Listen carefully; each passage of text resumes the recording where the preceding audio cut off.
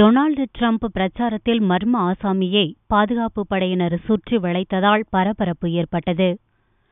மேற்கு அமெரிக்காவில் உள்ள நெவேடா மாகாணத்தில் உள்ள ரெனோ நகரில் சனி இரவு நடந்த பிரச்சார கூட்டத்தில் குடியரசுக் கட்சி வேட்பாளர் டொனால்டு டிரம்ப் பேசிக் கொண்டிருந்தார். அப்போது மேடைக்கு முன்பிருந்த ஒரு நபரை பார்த்தபடி டிரம்ப் ஏதோ சொல்ல பாதுகாப்பு படையினர் பாய்ந்து சென்று அந்த ஆசாமியை சுற்றி வளைத்து கைது செய்தனர்.